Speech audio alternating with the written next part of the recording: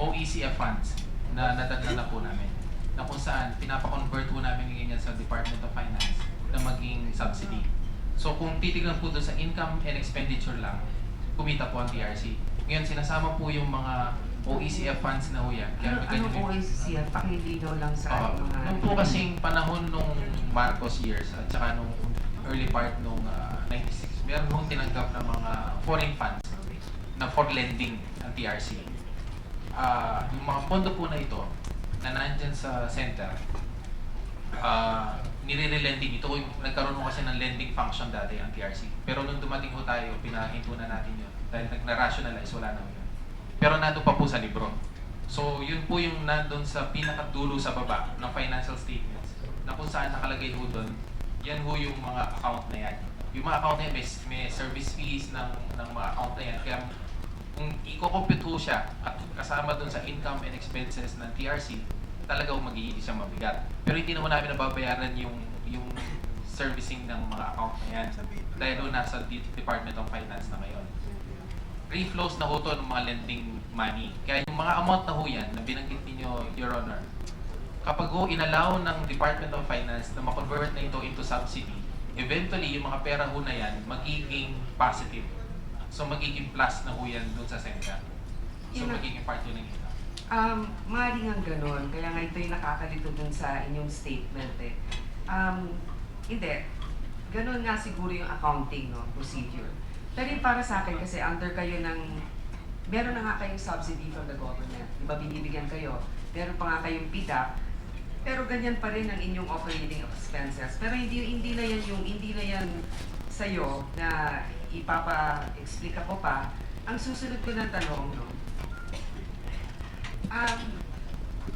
kasi mga nadidinig ko tungkol sa inyo na maabilidad kayo, may pakikisama kayo, at ang dami nyo niyang nakilala, dami nga ninyo kilala dito eh. Mga nakita na, nakausap, nakahalubilo. Kaya nga, mula pang huling administrasyon hanggang sa kasalukuyan, ay nandyan pa kayo. Mr. Chair, I'd just like to be able to establish the pattern of behavior also for a resource person, which is also, I think, very relevant in this situation. Kayo po ay naging aktivista noong college, tama po ba? Opo, Your Honor. Kayo nga din po ay isang board of regent, di ba? Sa UP. So naniniwala naman ako na kahit na papano ay taglay mo pa yung idealismo at tapang para hindi ka naman basta-basta nanginginig pag merong senador na tumawag sa inyo. Ano nangyari? Your Honor, yung pong binabanggit ko dito sa aming affidavit, hindi naman po ako nanginig. Sinasabi ko dahil kailangan kong aprobahan o disapprobahan. Wala po sa level ko yun. Ang tawag po, yung kung level ng usapan na, ang sinasabi ko dito, yung sinasabi, kaya sumagot po ako eh. Ang sinabi ko, hindi ko na po, trabaho lang po yung ginagawa ko eh. Sinagot ko po yun eh. Ang sinabi ko, ang ginagawa ko lang ay trabaho lang. At kaya ginagawa ko yung mga follow-up ko, nagbe-verify. Dahil po kung takot-takot, mismong itawag po siguro, Your Honor, hindi ko gagawin. The fact ko na nagtawag kami na nag-check, ibig sabihin mo nun eh, kahit paano ginagampanan mo namin yung aming responsibility.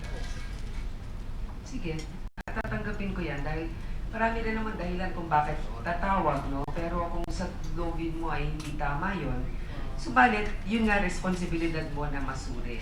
So, nandun na ako. Ngayon, dati daw, ikaw ay nasa shed. Ikaw ba ay umalis doon ng kusa? O kayo ay hiniling na umalis? Your Honor, umalis po ako ng kusa. Meron po akong resignation letter dahil alam ko naman po may problema ako ng time yun. May deficiencies ako na hindi na kayang ayusin at that time. So sabi ko, hindi na pwede. Kaya nag-resign ako.